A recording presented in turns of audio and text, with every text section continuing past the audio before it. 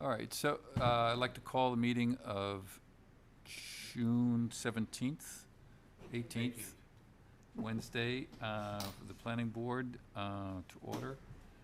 For those who are watching and those in the audience, my name is John Weiss. I'm the chair. To my left, Oh, hi everyone. Kathleen Pearson. George Morse. David Powell. John O'Connell. Martha Taylor, Town Planner. Okay. So our first order of business is the meeting minutes of June the 4th. Do I have a motion?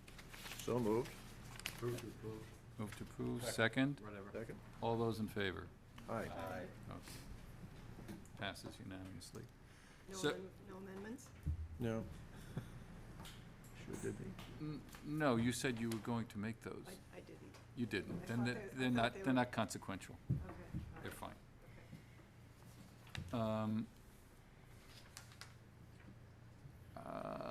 All right, so we have 4 A&Rs this evening. The first is Dale Fernald, Fernald, not Fernald. That would be, what would that be? Yeah, well, Fernald. Fernald is the way it's pronounced. Thank you, Fernald. It's an old name. And so it's for your recommended adjustments and lot lines at 217, 221 High Road, which we have had a chance to take a look at.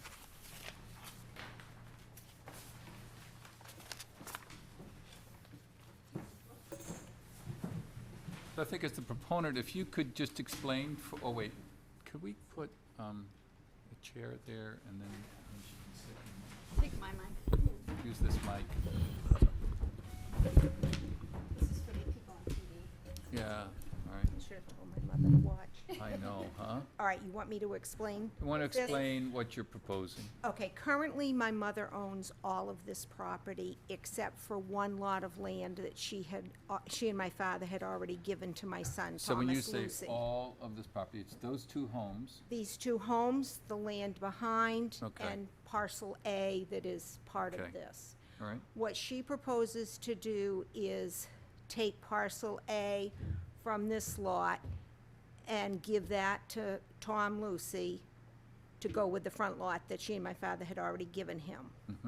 Currently, I live in the house at 217 High Road. She lives at 221 High Road. She wants to give me the house and the front parcel, and then her house and the back 2 lots would go into her trust. the go over that one more time, what Can you you just just point said? out the existing lot? So is it 2 lots or 1 lot? It's 5 lots, I think. Can you- This is a lot. So this square right This here? square is the lot for with my mother's house on it, 221 High Road.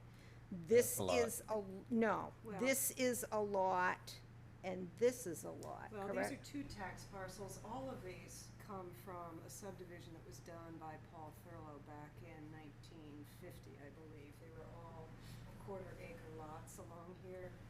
Oh, and- they're Right, in so- between. Okay. Right, Can't see so some of the lot lines on our tax assessor's maps have already been erased, like this one and this one. This one we still have As as two- 2 separate parcels. 2 separate parcels. 51 and 52. So as part of this, we talked to Dale about actually officially combining those so that she's not actually being taxed for 2 parcels. that. Okay. So that, makes this a, full half-acre lot. And these back And then- parcels belong to, This belongs to my mother. but which lot? Not this lot right here belongs to these 2? This is a separate lot. This L shape is another lot. I just think it's separately owned. I'm not sure if it belongs to this parcel, am I right? Well, they're different. Well, this different is in trust, Right. of right. which my mother's the beneficiary of the trust. Okay. I'm a So- trustee, but she's the beneficiary of it. So what we have then are 4 separate parcels plus this one, which is the 5th. This has already been deeded to my son. That's been deeded, and so what we want to do is move this parcel, Divide this lot, this is one which lot. is right now 1, and take that Take so that that this piece off. remains in the trust, This will right. go into the trust. right? And this Th- goes to your son. This will be one lot. This, and this will go into my mother's irrevocable trust. Martha, do those two back lots have frontage?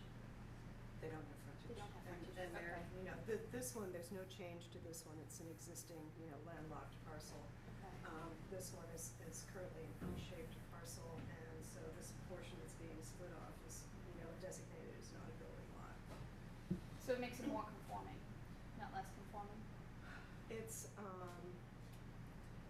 I think that the parcel, depending on when it was actually created, you know, might be a legal non-conforming lot, but that's being recognized by the way it's being handled here, Okay. that this is being, you know, called not a building lot, so All right, so both, neither are building lots, neither are building lots. and you, everybody in the family understands that. Right, now, there is the possibility, I think, of an easement Right, going that through is here. what I have a question about. What do you And- intend by that? Well, we Think just, we don't have any intentions at all now, but we do have an agreement that when I get the house, I, with my sister, agreed that if something in the future needs to be developed or done, you know, years from now, I would allow an easement over that land. Well, But isn't that Yeah. irrelevant to right now? Don't we The- just look at what's in the front of us? problem is that the easement wouldn't give you access to that land as a building lot because it wouldn't have any frontage, would it? Right, and Dale and I talked about that. You know, this is Yeah. for, you know, future possibility. I mean, it does give access to this lot right now. You know, Enough just for to a get- road, to you get- mean? To Like- get back there, and it is wide enough for a road in the future, but it's not intended to access it for building purposes at this point. This is all part of So what discussion would that be the the family purpose? has been. Subdivision. No, what would be the purpose aside from subdivision? Only Put, subdivision, put, right? put secondary structures on the property, which, is that, We don't have any intentions of that. The lawyer had just advised that, you know, if I'm gonna be getting the house and then there's all this land, perhaps in the future, something needs to be done with this land. What's unusual about it is usually people come in front of us and they take it and they make it into 3 lots that have frontage. What's unusual about this one is you're creating 2 lots that don't have frontage, and that's what's confusing the board. Right, but in the future, the possibility might be that this would become a roadway right Yep. of way, and all of this would be reconfigured into a Is subdivision. there enough frontage on lot, No, this 51? house would have to be redesigned to have the frontage over here, On the new road. according to the surveyor. okay. It's Yeah, well- doable. So it's Yeah. probably doable because we were talking about a total of 5 acres? 3.4, no, Yeah, 3.4 and 2.7 is 6. 6 acres. So 6 acres. There's some wetlands back here, but So it's- I can see how that might be something. Whether or not you can put something in on the cul-de-sac or not, but you would have to, you're right, David, maybe demolish that house. Do- Right? and Well, they- what you're looking at is creating yet another essentially sprawl cul-de-sac Right, right. based on that kind of approach. And yet, if it was to be qualifying number of lots, it would have to look at an OSRD. Potentially, but that's down the road. It Right, is, you but know, all raise I'm this. getting at is that the thing that occurred to me straight away is that the idea of this easement is something of a chimera in the sense that it doesn't buy you anything. I'm concerned that if you're gonna do that, that right now, it wouldn't even meet our cul-de-sac length. Cause we have a maximum of 500 feet, don't we? Unless they did a through road, which they doesn't think they have enough room. Well, But that's not something we're even, You know, they're not, Even- Honestly, we're just pointing it Yeah, out, we're yeah, pointing it out, we're not yeah. saying that you, yeah, you know, basically, excuse me, this is an agreement that all the family members have reached to, you know, deal with. What's happening to the backland at the moment? Is it being farmed in any way, or? no, it's being overgrown by ticks and Uh, deer and wild turkeys. But is it, I mean, it's land that's very similar to other land along there that, for example, the Colbys take hay off. No, or- no, it's just overgrown land that, It's on the hill, it's not on the marsh. Is So there- how- no, it adjoins the marsh. It's on Down that the side road? of the Yeah, road. This is down the Right. marsh So- back I here. keep wondering if this is the marsh up here, though. No. No, Yeah, the it's marsh way is back Yeah. here. the wildlife refuge. So, is so down you're, here. have you had any engineers say that all of this property is developable from a functional point of view? In other words, it's, I'm sorry, what do you say? well, it's developable, it's upland, it's not wetland, We haven't even asked about I that. don't know. Don't we I mean- really just have to look at the A and R to see if That's they right. meet the Yes. Yeah, requirements? I mean, If it meets the that's- requirements, we approve it? Anything beyond You that know- is to be Yeah. discussed in the future, So, Yeah, if and when. Okay. yeah, because it's not something that we even want to do. My parents never wanted that developed. That's why they ended up buying all of you the don't- land around them. You don't need to explain. Yeah, You're good. yeah, okay. Okay. So, John, do you have any thoughts on this? Nah.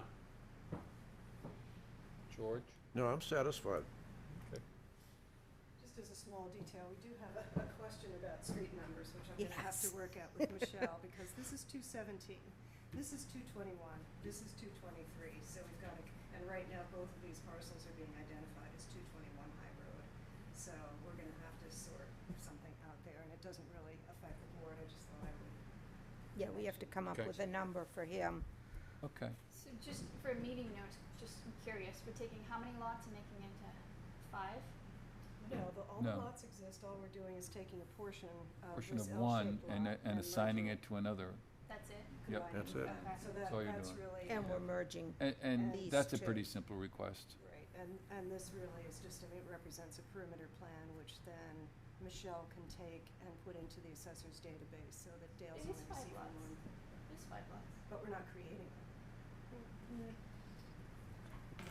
1, 2, 3, 4.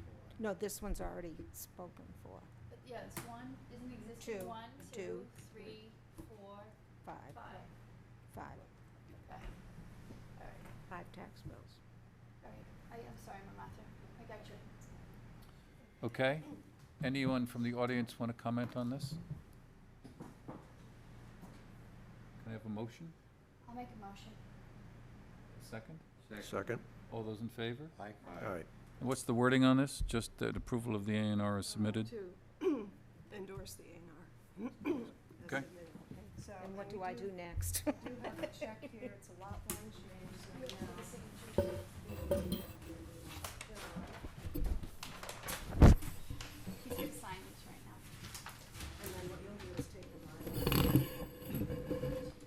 Okay, all right. So all these get signed. Yes, and I keep the prints, you take the Mylar, and then Okay. if you want, I can mail you. Do we, Okay. as of this date? As of this date, yes.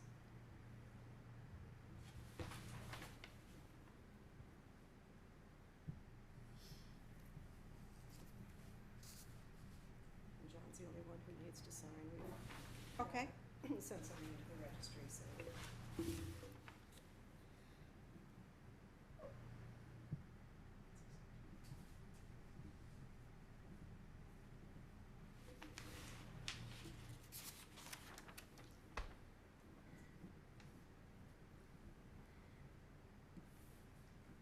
So this won't get changed on our assessor's maps until next year. And then that will make this, that boundary as well. Do you have a pen for the Mylar?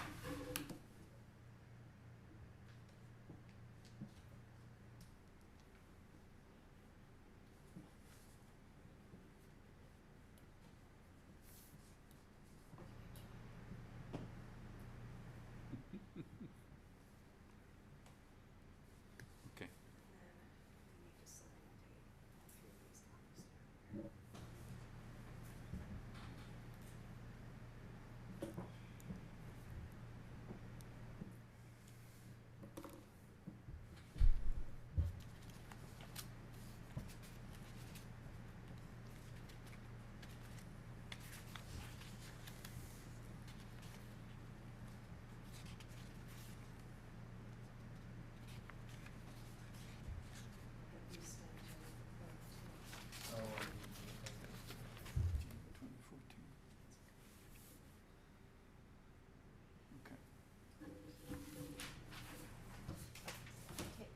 take the So Mylar. you take the Mylar, I'll go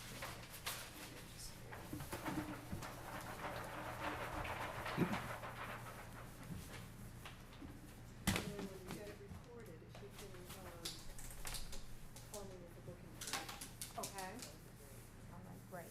Thank you very much. Good Thank to see you all. tonight, Dale. Okay. She's my travel agent.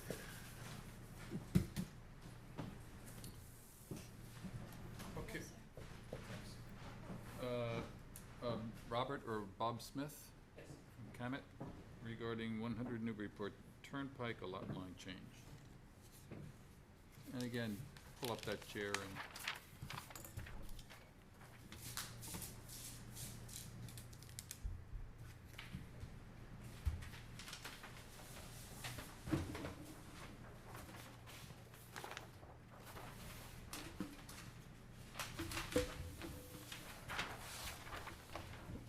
Thank you.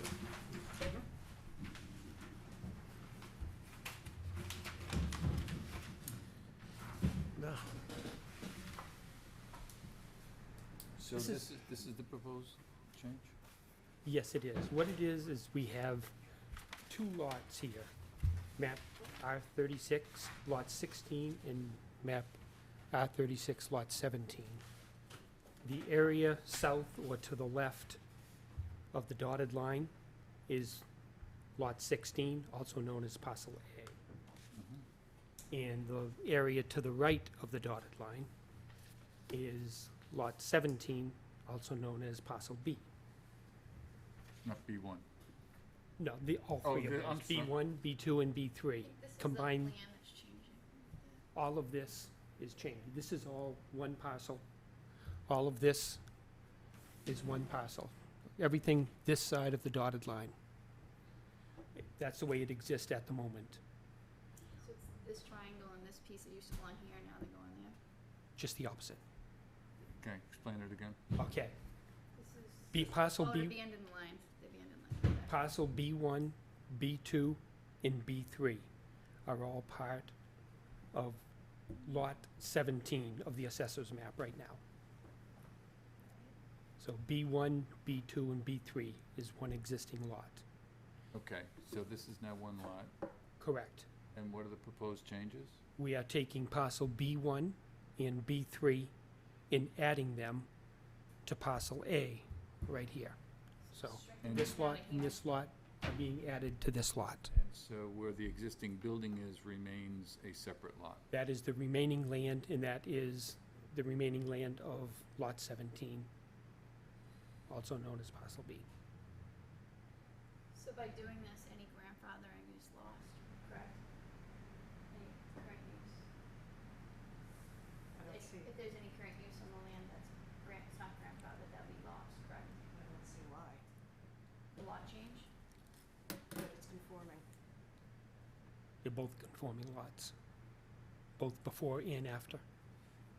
So what are you accomplishing with this? He is selling off, actually, both lots are owned by the same parcel, by the Same same owner. person, yes. Right. And he is selling off parcel A. And they wanted additional land. So this is gonna be sold, This will To a combine new- with to a this new and buyer. this, and will be sold to a new buyer. he retains. Yeah. That is but- correct. Right. So, but going back to the fellows who came in here about 2 or 3 months ago, do we know, Haven't heard of things we don't since. know if those are the buyers of We don't this? know. We don't know. Okay. I thought that if you changed, and I must have misunderstood, I thought that if you change a property line, then the grandfathering is already, it's lost. That's not the way it works. Why would it be a grandfathered lot to begin with? if it Whatever, was whatever use conforming? was using, like if there was a business on there, in that business, so it doesn't work that way. Only if it was a non-conforming business. Okay. So we don't, That was my only concern, I didn't want something to Mhm. change in line and then suddenly the business not allowed, but it's not an issue, so. I'm thinking of another, application that I'm getting confused with. No, the buildings in question, as I remember, are the pool company currently, which is in the, what's it example, B whatever, B2? two, and a house which has never really been lived in the funny little lot, which we're cutting out, right? It didn't appear that there was anybody in that building when I surveyed it. Right. Yeah. Which house is that, David? Which, Well, I mean, it's not this here. it's a little house set back from the road with a kind of, some sort of rocky disaster in front of it. In front of it, Um, right. And it's gone through a series of strange iterations, Mhm. none of which have been residential, I think. Okay. And I'm a little confused that anyone would want to carve it up that way, but that's his choice. Well, it sounds like it's the buyers. Correct. Buyers Well, want it. The buyer. And is he's the not willing to pushing sell off this, he wants to hold on to something. That is correct. I think it's pretty straightforward. Except I wonder whether he understands that you can't have a residence now on that lot. Oh, is Kathleen, is that what you were referring to, the residence? Okay. Yeah. Well, we would hope that whoever is buying this is putting a business out there. I mean, we'll find out sooner or later, but, Yes, you will. but we have been trying for the past few years to generally improve the quality and intensity of development on Route 1. Mhm. And so the extent to which this can lead towards that, we would be supportive. We just don't know what he's going to do, but that's not before us. What is before us is simply this, so maybe it's a step towards that. This is the same issue we had with the previous application with A&R, is the concern of what's gonna happen in the future, but we're not supposed to look at that right now. That's unfortunate, Yeah. but that's simply the way it is, I think. Am I right, Yeah, really, Martha? it's frontage. It's frontage. Mm-hmm. Well, you could tell the owner that we'd be love to have a conversation with him. Okay. We did. No, we understand. He was in. Mr. was Pritchard here. was in Yes. with the name of this company. And if it is that same one, we'd love to have a further conversation about what he's trying to do, and, because it probably is, would benefit the town, is my guess. Correct. We'd like to see. So, John, I don't have any issues with it. George, Done. anything further, David? Kathleen? It's the requirements. Any comments from the audience? Seeing none, may I have a motion, please? So move. Seconded? Seconded? Thanks, George. All those in favor? Aye. Aye. Okay. You're all set.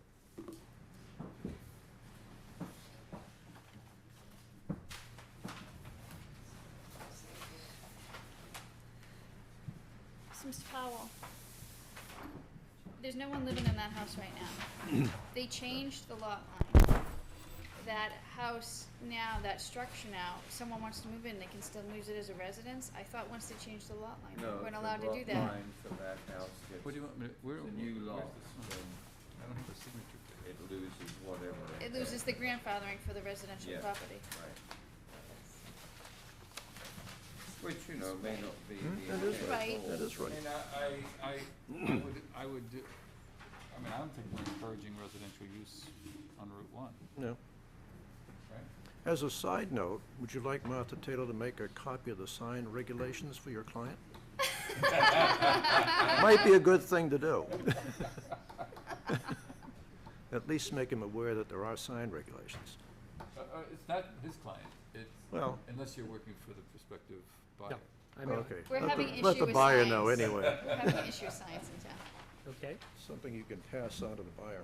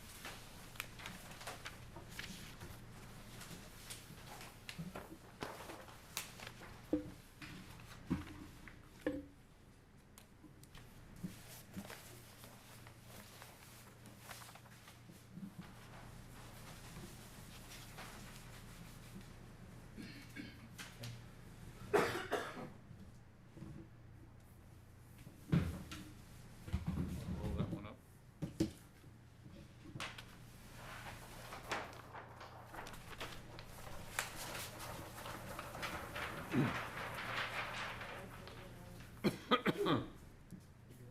all set. Thank you. Yep.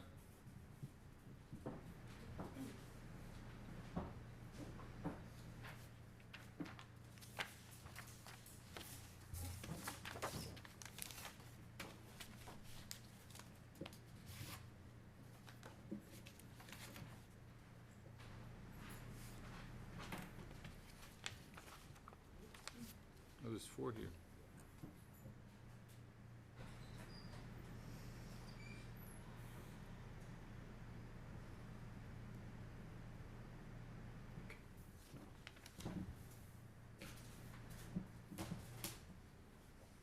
Donna and Jean Heichel.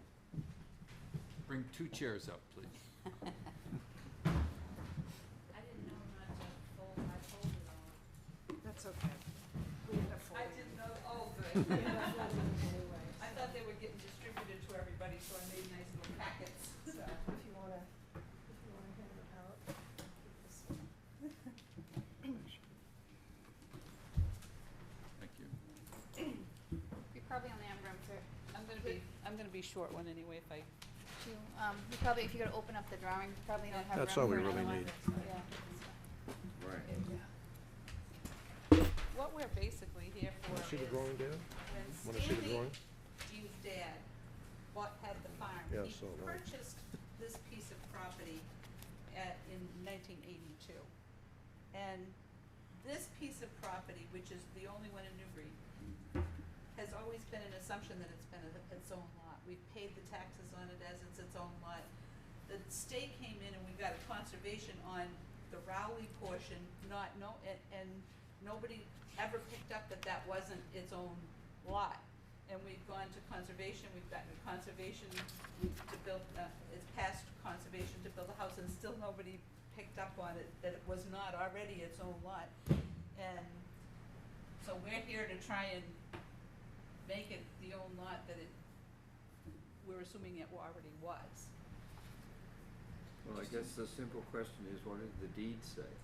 Well, the deed says that well, after we researched it, it said, see, what happened is it gets put into a trust and then everything kinda gets blanketed, and so unless you research back, Sure. we didn't pick it up anyway. Well, The so- deed says that it's so- one piece. Right, but my question stands, so what does the deed say? The deed says that it's one piece, all one piece. Right. Right, we're not trying to, Doesn't No, no, no, differentiate no, I between mean- township.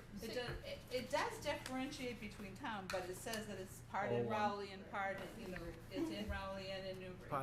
Right. If you look in your packet, there's the copy of the deed. Just the deed right there. You had any recommendation from town council on this already? I did talk to Ginny about it, and because it has sufficient frontage and viable access to, to the upland, those are the grounds for endorsing it.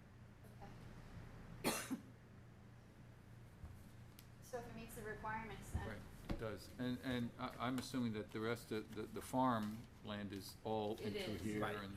And Right. it should have gotten picked up again, and I'm not blaming anybody, but we sold the conservation rights off, and you don't usually split the lots in half to sell half conservation without the rest of it. So they did split it off at the town of Rowley and say just the Rowley portion, and here we sit with Newbury thinking, everything's great.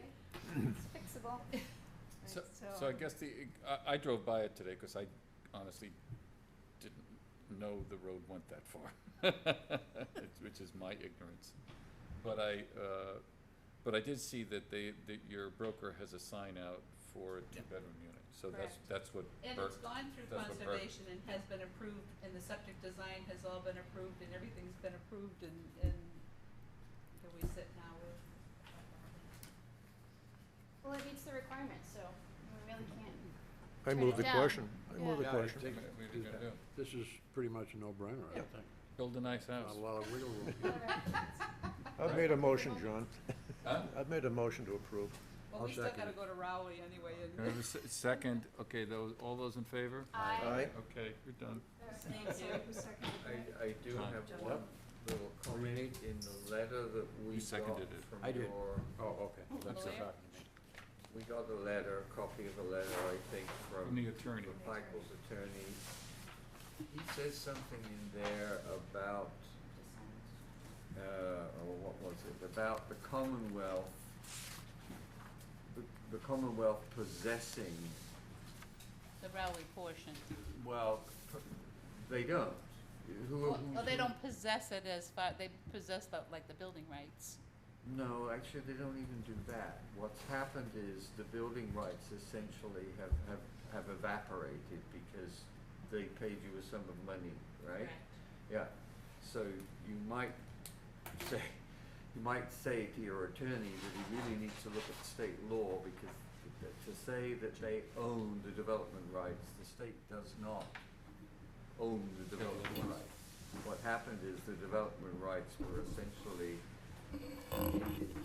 by the Dissolved. agreement that you came to with the state, which means that you can't develop it and nothing can happen, and the state can't go in there and develop it. And What I his think- letter seems to imply is that they could, and they can't.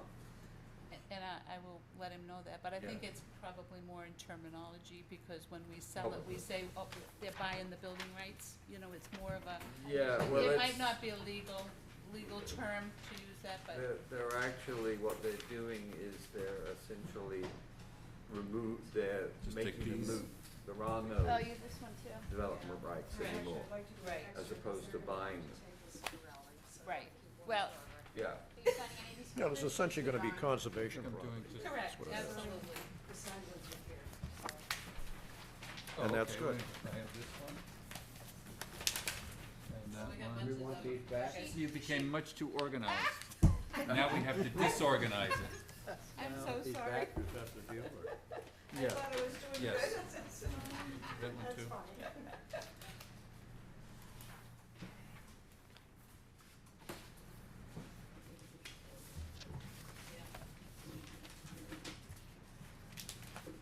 These are interesting. So what have you been up to? Selling off everything? Are you out having fun? We spent the winter in Florida. It was the first time, because the farm is now, Matt's gonna run the farm, and so, it's not sold yet. but Call we you have at at 3 in least the to- morning. And it's the first Oh. winter that we really have been like So free. does he have both sides? It's a I thought about it It's today. foreclosure of Does. rights. Yeah. So he's doing the It's a corn? foreclosure of Yep. anybody's rights to do Oh, I it. thought he bought it. He it's technically Hasn't didn't bought buy it yet. conservation. Yeah, okay. But there's an We saw the actual signs up at word 10 o'clock. in the That's what I conservation thought they world, would- When's he gonna put conservation some world, dairy cattle there? He has beef. It's got I beef. sell the beef, I mean, He the has question beef. was But the dairy. beef is in and out. liquidated. Yeah, he moved the, Sometimes, what does he do?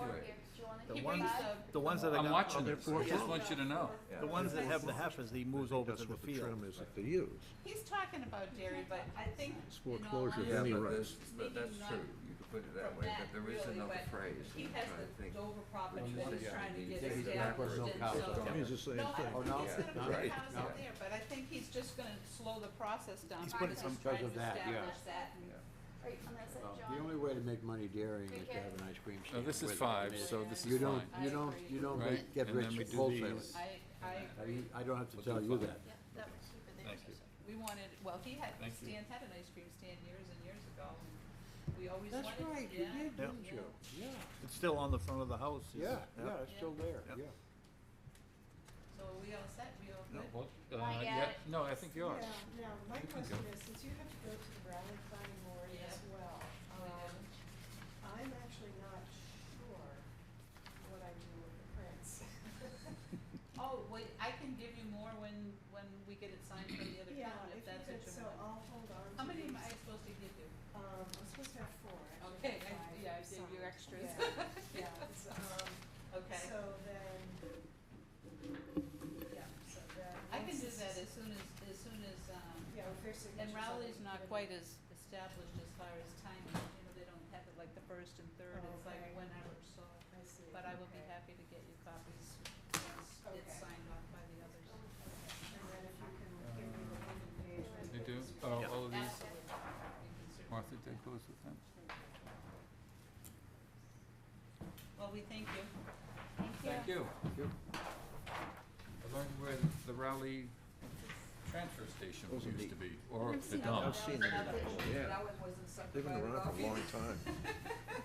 And I'm driving by and I'm looking at this embankment, I go, that looks like a dump to me. It was. Well, thank you very much. Nice to see you. Take care. Great, all you have to do when you find out where towns put their transfer stations and dumps, right on the town line. You know, Except we weren't smart enough to do that. I still think it's a nice location. Keep going. All right, Mr. Clifford. Yes. 60 Hanover Street.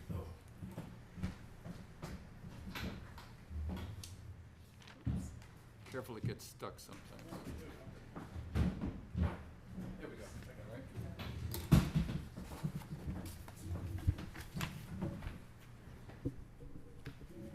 What is this? That's the plug for another microphone. Yes, right. You speak into it. Oh, God, another one of these slots. This is Very the one casual kind tonight. of diagonal from the elementary Right. school, right? Yes. Well, we know that people, it's a Wednesday And this is a evening, line they of need a wetlands? little up. Yes. And the other one is the ACEC. I'm sorry, which is the AC? Oh, The this one is the before. AC, this is Yeah. ACEC. Right. This is ACEC. And the, And there's- and the 3.69 is all of this? That's correct. Okay. And Yeah, there's a uplands, note- though. there's a note on A here. lot of this is upland. I drove Yeah. through it. Yep. This is pretty good soil. It looks like it is anyway. There's a note on here that there's no easements of any sort in the deed research.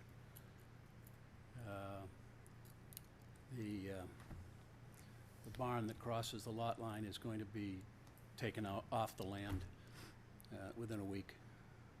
Are you demoing this too? Yes, So you're starting from scratch, basically? yes, that's right. And so your plan is to build what here? Well, residential, either one or two family. I was looking at two, there's a couple of my people I've talked to are generational situations where parents and children want to get together. And then today I talked to somebody who wants a single family, so it'll be one or the other. So it'll be either one single family, or one single family, one with like a Two-family. two-family Right, or right. something like that. Right. And it qualifies for either. In your site planning, you're gonna put this close up to the street, or you're gonna hold it back a bit? Hold it back a bit. And there's nice barriers, nice vegetation barrier on the street, if you notice, which we're gonna keep as much as possible just for, Hanover Street's not a quiet street, it's a little bit busy. So, we're gonna keep as much of the vegetation on the site also. There's some beautiful plantings there. Well, it meets the requirements, right? It's got the frontage, it's got sufficient upland for two-family, if that's what they choose to do. I guess think- I have a quick question, Sure. which maybe is not that relevant, but you seem to have them advertised for sale right now? No, I do not. He's bought them, It- Oh, he bought them. he bought them. Yeah, I'm sorry, that was the real estate sign for the people who I bought it from. Okay. Interesting. You can't scold him on that one. No, but I was interested that actually it seems that they were advertising them as two lots when they were one lot. Yeah. So, you know, You're okay. that's illegal, Okay. okay? And I'm very glad to hear that you weren't involved, because doing that is really bad. All right, It meets the requirements. John, No, I'm good. George, Kathleen, David, No, I Martha. was proposed. I've reviewed it about 3 times. Yeah. I have a I'll make a motion. motion, please. Second. All those in favor? Aye. Okay. I have to tell you, though, I am kind of concerned what you're gonna build. That's a very beloved street in town. Absolutely. And the character can definitely be changed by whatever you're gonna put there. I just hope it kind of flows with everything there. Well, as I told Martha, I mean, it's not, it's a great street, but I gotta be Pick careful your how I say words. this. You're on TV, so pick your words. You know, they're relatively modest homes. They're basically capes, yeah. Right, and so that's what I'm envisioning, is a story and a half, not Newman Road, not Rolfs Lane. Good. So, at any rate, that's what I'm envisioning, is Oh, something in that's keeping nice. with the neighborhood. That'd be Because nice. from a practical standpoint, you know, It's the you market. can't, it's the market. Yeah. You can't, Yep. you can But it try. is, it's, I mean, there's been a lot of homes that have been upgraded. You've got expanded capes, you've got expanded ranches. Right. But, you know. There's 40 years- also historic homes on that street, one or Yeah, two. Yeah. there are a Yeah, couple. Oh, yeah. they're Yeah. modest, but they're really very nice. Which ones are they, David? I guess they don't jump out at me. They're, Yeah, Brownie Taylor's front house, I Yeah. think, is pretty old. Mhm. there are a couple on the left, about 2/3 the way, you know, a third of the way from here on the right. The one that put the nice garage on. this Yeah, one, and, yeah. and, you know, there was one with, actually, if you look at it, you realize that underneath, the bones are old. Yeah.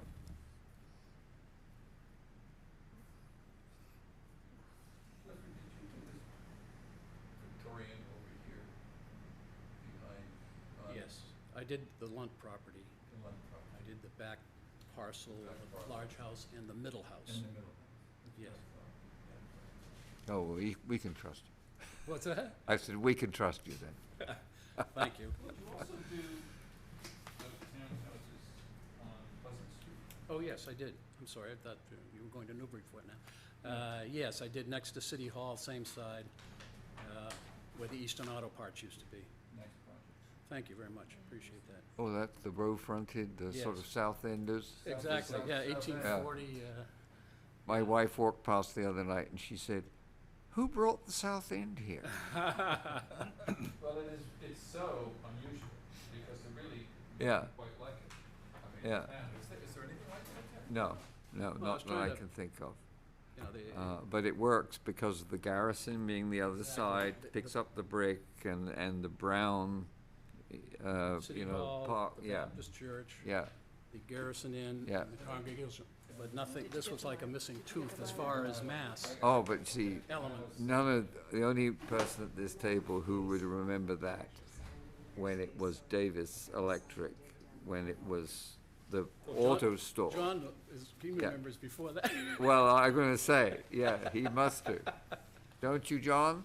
I remember before God. Well, I know, but don't you remember when the auto store was there on the corner? Right? And you would go in there, and most of the time, there was one fly-blown bulb in the front over there. And you would ask for something, and they couldn't find it, because there was no light in the back. It was a wonderful place. Everybody knew everybody.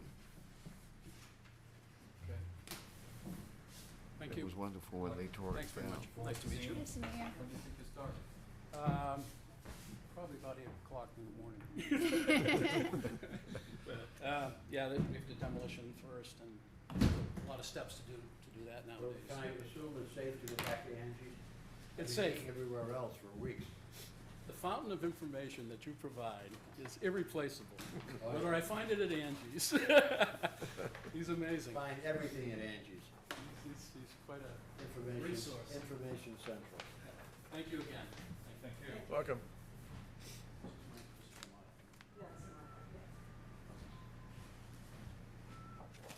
Okay, under old business, we have planning board under old business, we have planning board associate member. We do know that last evening at the Board of Selectmen meeting that Eric Swan was appointed as the new member of the Zoning Board of Appeals with Linda as the associate member. We did place a article or ad, Yeah, an announcement. an announcement, looking for a replacement for George. That was in the paper Monday It was or in- Tuesday. yeah, in Monday, 16. We have not had any response to that, but I think we'll continue to dig around, and so any help from board members would be helpful on this. There is one person who was suggested to me today who has been contacted, who may be interested and is going to get in touch with me. He's kind of a local architect builder. Good, good, So I'll keep you guys posted. good. We'd like, I mean, it'd be nice if we could do this over the course of the summer. And again, our next meeting is July 16th, I think. Just sort of, Is it the 16th? yeah, we miss, so it's pretty much a month from tonight. The fourth week when I come. And we're not gonna meet on the Oh, week of the right, 4th. We yes. don't meet on the week of the 4th, we'll meet on the Eileen's 16th. husband, right?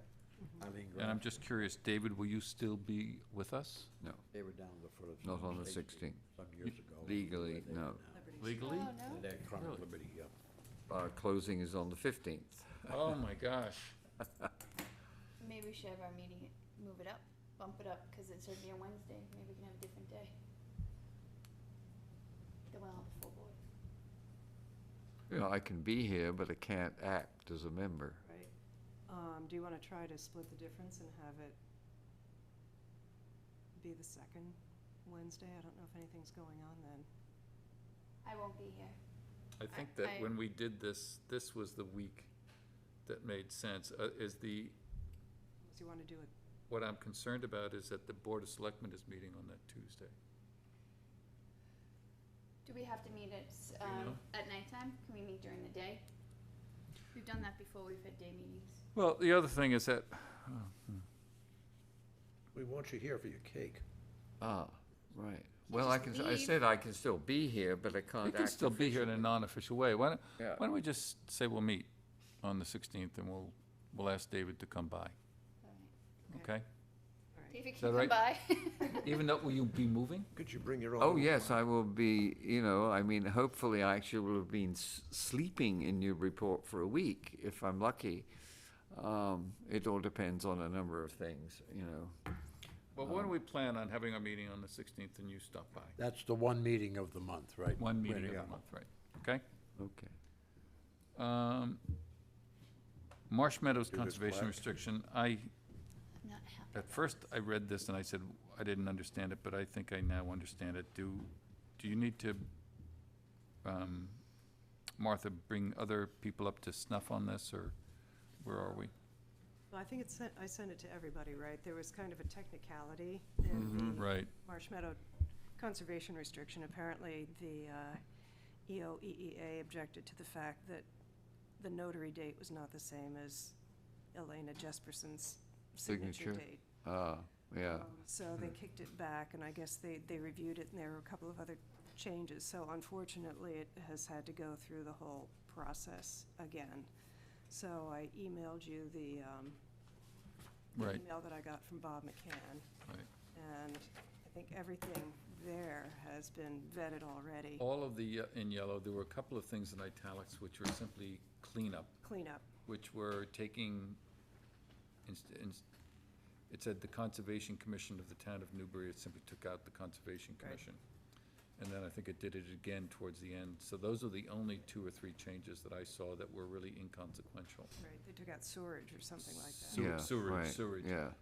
So do we, what do we need to do on this? Well, I Anything? think, I did send it to Doug, I haven't heard back from him, but I think it might, might not be bad if the board would be willing to just take a vote again and say that, you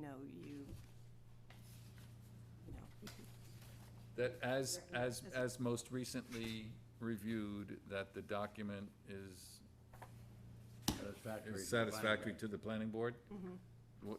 David, do you want to make that motion? Sure, and that we recommend that it be sent to the Board of Selectmen for, right? For their approval? Conservation Commission. Conservation. and the Yeah, Board of Selectmen. right. Okay, so I have a offer and a second. All those in favor? Aye. Aye, passes. Planning Board priority projects. So what we wanted to do here, these that Martha has listed were just things that we've talked about in the last few sessions, but they're not necessarily the ones that need to be talked about. And I wanted to, I suppose I'd like to maybe have each of you, just give me your thoughts about what you think are priority items that we should be looking at in the coming year.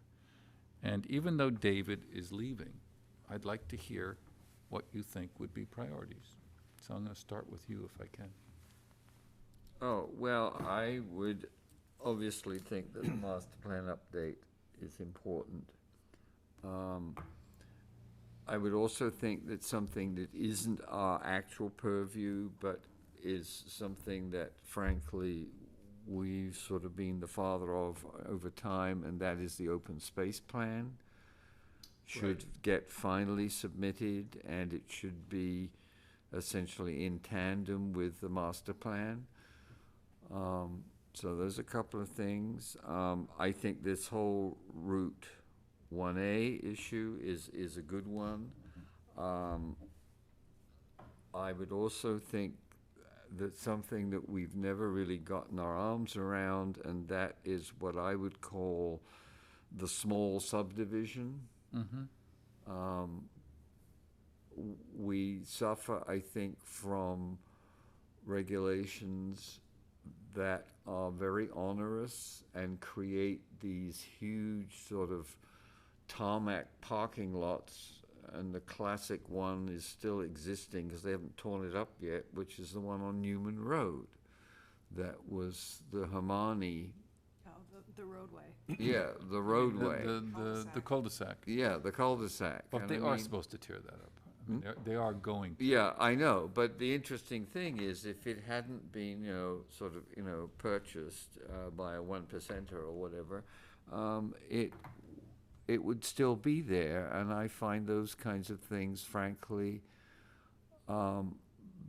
really destroying of community because they don't achieve much except, okay, the possibility, I suppose, for the fire department not to have to back up. But I really feel that that's an important thing to look at, and I think, interestingly, the OSRD has shown that it's possible to do a kind of looking at density in a different way, and I think where George lives is a good example of that, though we had some problems with that, but I think they did finally get worked out. Yeah, What's the total acreage out at your place? Do you know Don't what pin it me is? down, I don't know. Do you guys remember? Oh, God, I don't remember. Isn't it about 7 or 8 acres, something You've got like like that? 12 I units, thought it was, 12 units. yeah, no, it was more and than, you've it was got more a, than and that. it's an OSRD with open space set off in the back, Right, right? but not, there's more than 50%, I think, open space, just, but it's not very big. But it's very interesting to me because I was looking at Fatherland Farms for a number of reasons because of the conversations today about the signage. And it's fascinating that your development is right next door, to a really superly bad example of how to develop a piece of land, which is Fatherland Farms, where you have some lots that are like 4 acres. 12 acres to. Yeah, and where essentially people bought an interest in the house, but they clearly have no interest in the land, and so it's just sort of lying, unattended and fallow. There are no management plans that I can, there's no homeowners association, there's no investment. Anyway, so that would be one other thing. What would be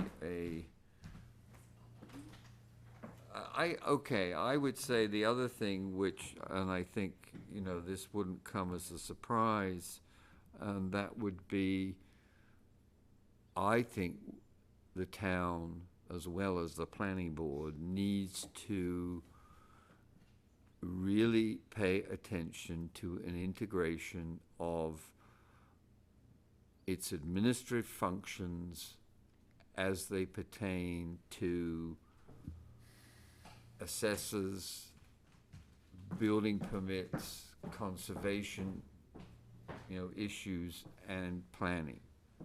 Because what I see that even though there have been some positive changes in the past, and I, can take, I think, some little credit for some of them, I just essentially think that we have still a situation where Newbury has the reputation, if you want to do it, you can do it. Definitely does.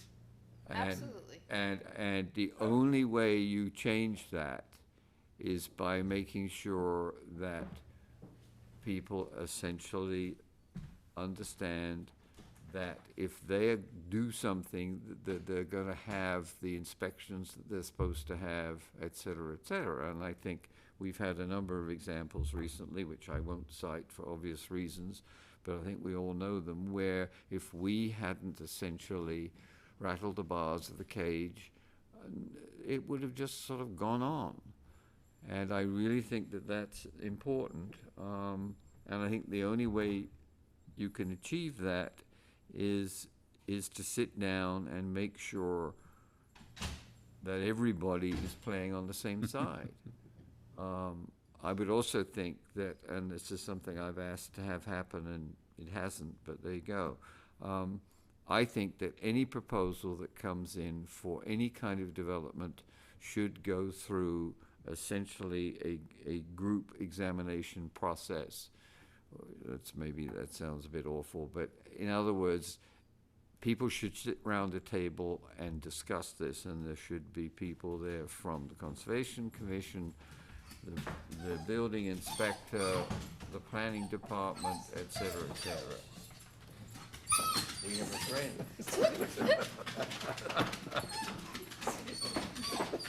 And so for those of you who are watching on Right. television, we have, it's not a disruption, Just, but the dog needed to go for a walk.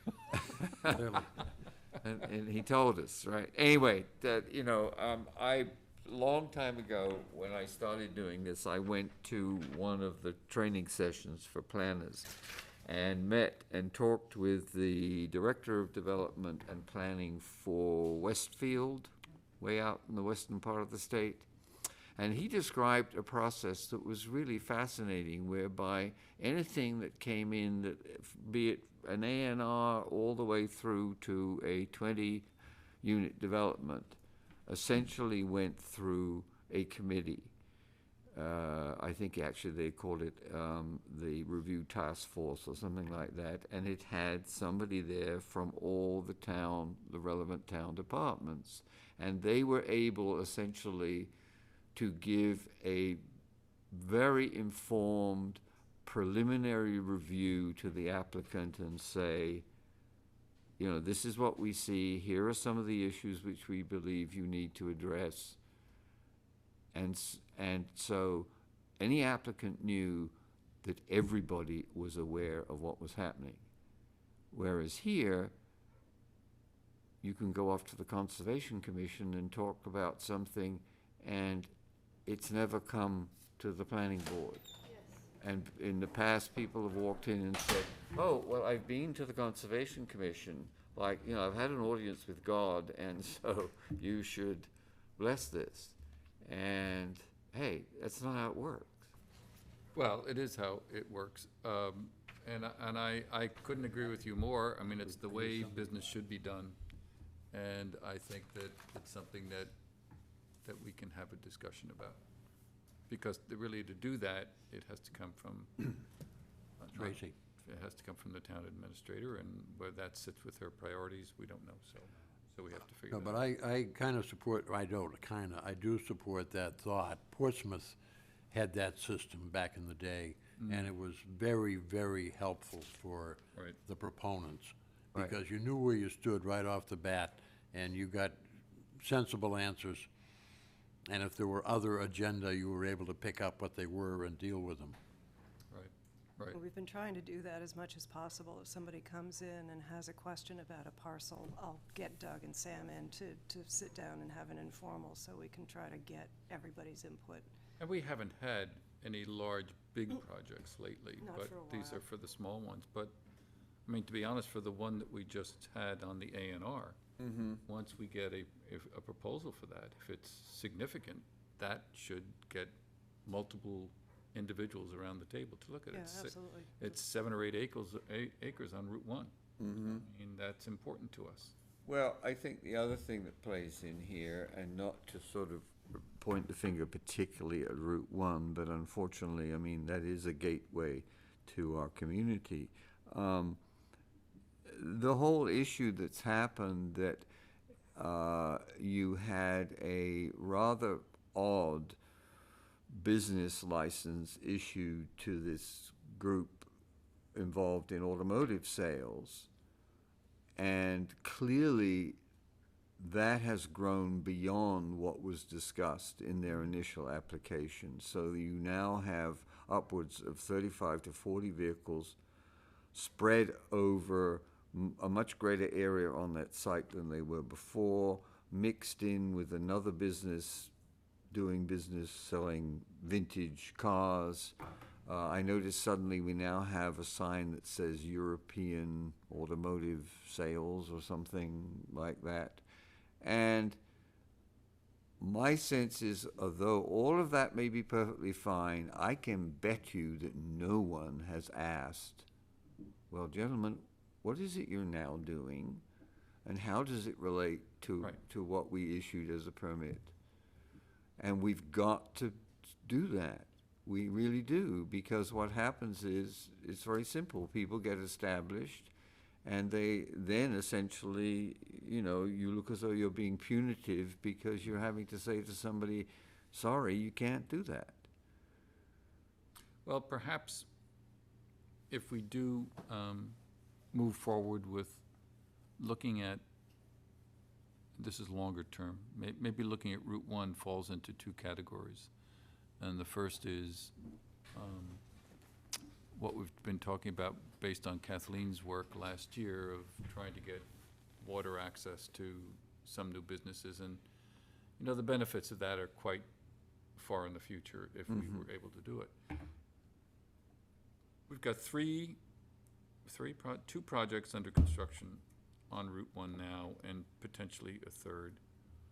And I think each of the first two may be a benefit, the ones on the eastern side of the street.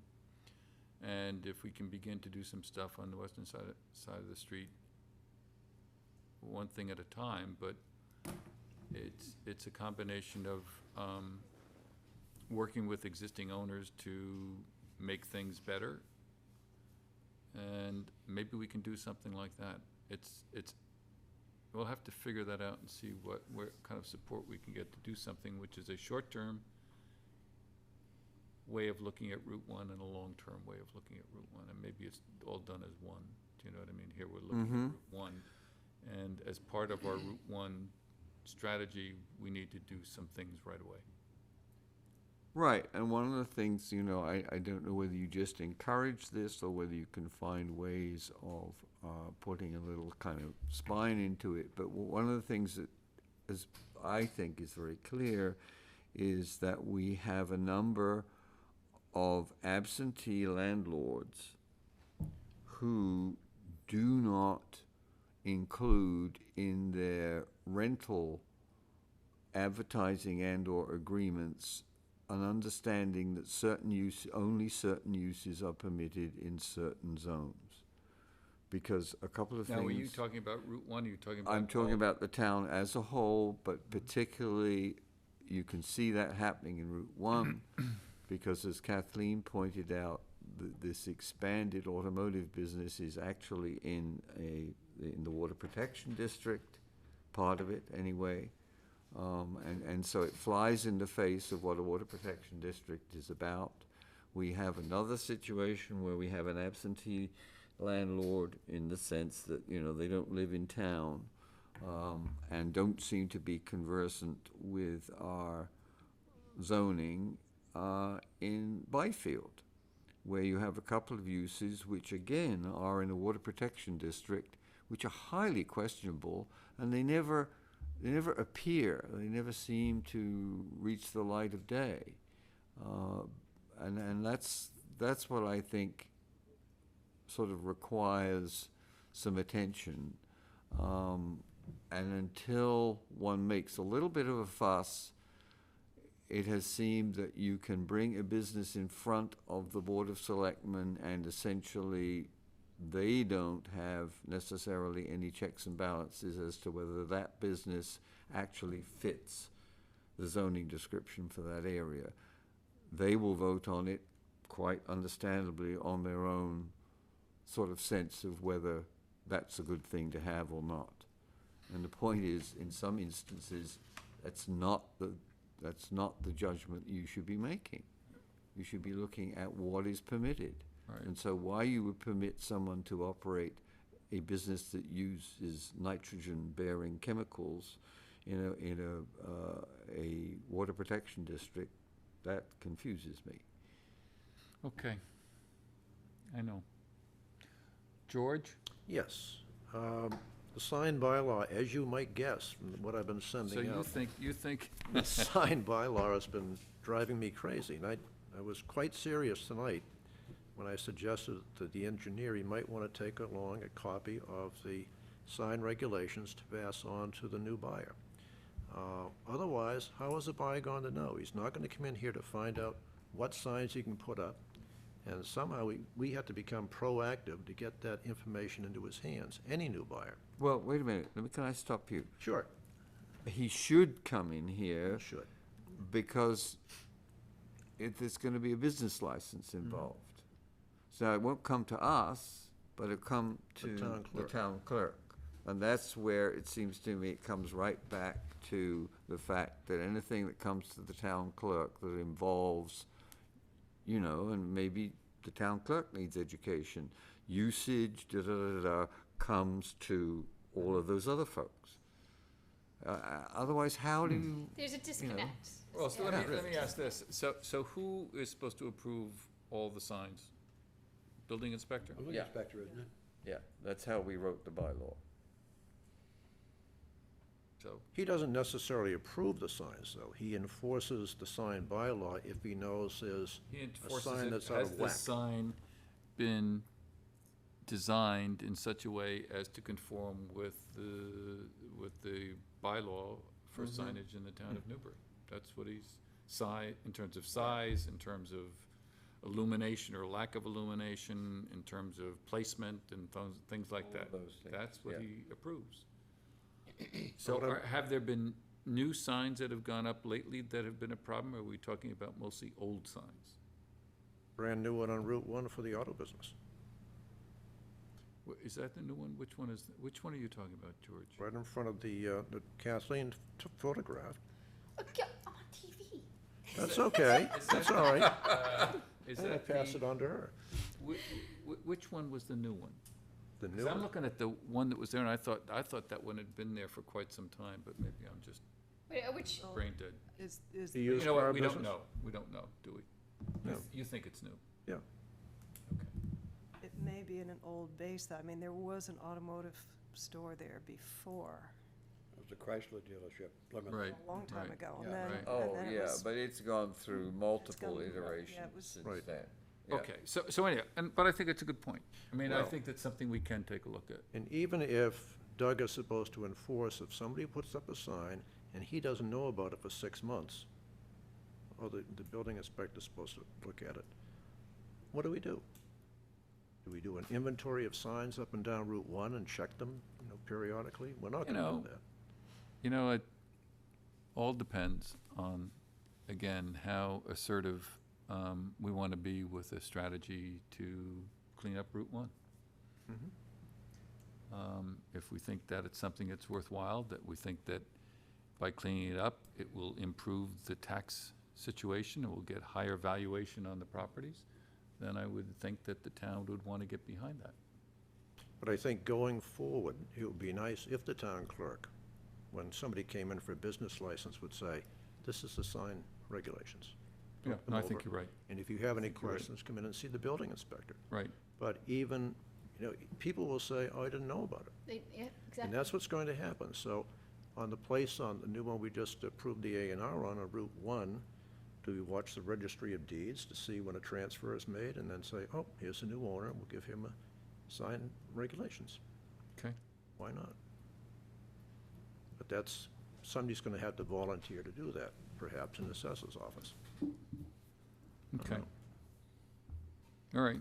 But even, there's another item too, if Kathleen's proposal for an overlay district on Route 1A goes through, we have to revise the sign bylaw to permit signs for those shops. Because the only signs that are allowed in 1A are residential and agricultural district are signs which are, But we'd have it signed for the district. You'd have a sign for, sign, But, yeah. You know, they or have- to say with this, all signs would be in conform, if you, unless you want them smaller. I don't think you want the signs on Route 1A that you have on Route 1. Off the top of my head, it's a whole different district. It's a whole different feel. it says the following signs are allowed in all residential districts, subject to provisions of Section 897(8)(f). One ground sign for the permanent identification of a housing development of 12 or more dwelling units. But that's it. But when you create the district, new district, you'd create a new, A new- sign Sign requirement for authorization, that right. district. Yep. Signs that are appropriate to the district. Yeah. Yeah, you can do that. That's how we've done in the past. Okay. Am I up? I don't know. Is George done? No? Oh, we still going? No, I'm still going. I read in the newspaper, I don't know, 2 or 3 weeks ago, about a plant that was going into Seabrook, which was going to be storing and distributing wooden stove pellets, for burning. I know what you're talking about. And it's a static kind of thing. They fill 2 silos with pellets, and they bring a truck in and load the pellets into it and distribute it in the area, and then they reload the silos. There's not much need for water, there's not much need for septic. Something like that would be nice on Route 1. It's a very quiet kind of operation. What are the size of the silos? 50 feet, was that it? They weren't terribly high, but they weren't terribly low either. And as far as diameter, I have no idea. But it's going in up there, and it's a nice operation. And I was wondering if it might make sense for us to do some type of inventory of potentially available lots in the district, in the business and light industrial district. Well, we have done that, Have you? yeah. But we, What have we done with it? but not looking at that kind of a use to be putting in there. Kathleen's paper that she did last year looked at all of the buildable lots from Boston Road up to Hanover. And further on to the other side, including the Pikel. We looked at uplands Michael, and no. clusters where we can Okay. get decent sized Parcel where developable the Little lots. River Yeah, was. but I'm thinking that inventory can go out to one or Basho. more real estate brokers who specialize in businesses. And at least they know something is there. If they find a business who would like to come into an area like Newbury to put up a static type of operation, at least they know there might be some lots that they can come in and say, if you can buy this lot, you would work in that location very nicely. But that would be being proactive. Newbury would be going out and saying, we're here, instead of waiting for someone to come Can in. you do that without the buy-in of the owner? Well, What, yes, I think you can. well, you can, but it's better, because there's not that many owners on Route 1, it would be a good idea, I think, to, if we are gonna develop a strategy for Route 1, is to sit down with them individually or collectively this coming year and find out what they have in mind for their own properties, and let them know what we have in mind, and see if we can come to some kind of an agreement that there's a certain strategy that might make sense in the short term and the long term, That's a good way to handle it. Joe. without being too prescriptive, about saying it, we have this in mind. I think we go and say, we don't really have anything in mind, but we think that Route 1 can be better. We think that you could make more money on your property by renting to different kinds of users. And let's see where that kind of conversation can go. And maybe it goes nowhere, but it's worth a shot. Well, the objective is that we want to go into a new direction on Route 1. Yep, And we'd like them to help us go there. that's right. But so that we can reach out to companies, instead of waiting for the companies to say, oh, let's go to Newbury, and we never know about it. If we're proactive, we can perhaps bring more good business here. And I think it's a combination of talking to companies, talking to the existing owners, and talking to developers, and finding out what they think are the obstacles. Because I think we have obstacles, because if we didn't, it would be developed right now. It would be here. Well, we can't be afraid of not having water, because there are many operations that can run with marginal water available. Well, in fact, that's who's coming in. I mean, by the way, Martha, what happened to the fellow who was gonna come in, or maybe you had a preliminary discussion, who was coming in next to Angelo with a storage facility? He's gonna be coming, I mean, moving forward with that's the that. kind of use that George is talking about. It's a, you know, storage, I saw some surveyors out night. you know. yeah, they've been And working on maybe that. that's the best we can do right now. Well, fine, we'll grab it. Is I that a mean, Drukowski property? and I think that when Kathleen did her study, we had in mind potentially getting offices, industrial, hopefully something similar to what they have in Rowley. Rowley has got high-quality development, especially north of 133, where they've got a number of offices. Some of them are manufacturing, and some of them are just, you know, sales, and some of them are distribution. I mean, if we could get those kinds of uses, those are the kind of uses that pay a substantial amount of money, and really, because they're heavy Right. investments. But they do have water, sewer, and upland. They all have water issues. That would help. So that's what I'm saying, David, it's very frustrating, because you have that's the ideal, if we had good water and if we had good property, that's what we'd wanna get. So in the meantime, we work at, See, I think we have to look at what we have, Exactly. okay, as opposed to some degree what we don't have. And, you know, what we have, I think, is a very different kind of combination of things than essentially most people have perceived for the last 40, 50 years. And I think a great deal of it is going to mean that this community needs to look at itself, and that's very difficult to do. I don't think it's going to go anywhere, in all honesty, and that's, you know, I know I'm leaving, so I can wave goodbye, and that's not why I'm leaving, but, well, one of the reasons I'm leaving is because this is not a place for someone of my age and my income to live comfortably and pleasantly. what does he mean? I think he's broke. No, the He's reason passed is the hat. that, you know, I was looking forward to living in the Little River Village or similar. And this community, out of, frankly, from my perspective, ignorance and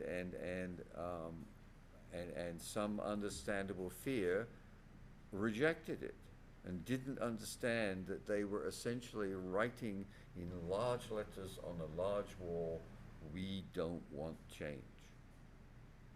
And I think that was unfortunate. You know, one of the things it's interesting, tomorrow night I'm going to the MVPC meeting, and guess who's coming to talk to us? The state financed and locally financed tourist board of the North Shore. And I think in many ways, that's where a viable set of businesses could develop in this town, because they don't require the kind of facilities that your standard business does. We could provide accommodation, we could provide food, we have some of the most wonderful, you know, natural resources of any community, and we're right next door to a tourist attraction, namely Newburyport. Right. Well, I think you're right. George, what else do you have? Well, if we could do that, it would be nice to get some niche businesses, someplace that would draw people in, a business that's nowhere else locally. And that just takes some planning and searching. But I just wanted to open up this dialogue tonight, because I think Well, it is a good objective. Here's what I think. I think that discussion about a strategy for new business is either part of something that the town administrator pulls together and decides to bring a group of people together from all over town to work on, or it's part of the master plan as a subset.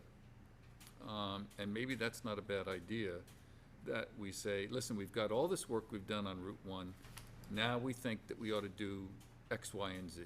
We've got other work that we've done on Route 1A, and we think we should do A, B, and C. And so those become like business development strategies for the town. And all of the kind of conversations that you're bringing up are appropriate for that. And the first line of my notes, as a part of the master plan, it's right here, that it was focused on the master plan. I don't think we can do it ourselves. I think it does take a larger group. Yeah, I think it does take a larger group. I think you need to reach out and pull in people who are either thinking this way or need to be thinking this way. Okay. Kathleen? So priorities for the year, that's what we're Priorities, back to. yeah. that you I think the major priority should be updating the master plan. I think that year after year, that gets put on the back burner, so I think that should be number one. And I know that I proposed the Route 1A overlay district. I'm kind of backing off of not so much it's not a priority, but the scale of the district. And also I talked to Fred Thurlow, and he was saying, and he made a very good point. He's like, why are we having an overlay district? Why don't you just make it a district? Overlay districts become so confusing for many people. So why wouldn't we just make it a district? But again, priorities, master plan. So, do you have, anybody comment, have a comment on that 1A issue? Well, given the most recent suggestion of Kathleen's, which I tend to agree with, and I tend to agree that we really don't want to do it on the rest of High Road, I think doing something down in the general vicinity of the Lower Green makes pretty good sense. Why couldn't that be a separate district? You would start, what I found interesting about it, because I think when we first talked about this, someone mentioned that, well, maybe we have, a node at Lower Green and a node someplace else, and I'm not sure where any other nodes make sense. This one does make sense. When you come over the bridge, you slow down, just naturally. And almost all the properties there have really pretty good access and egress into Yeah. their properties. And good And- fronts.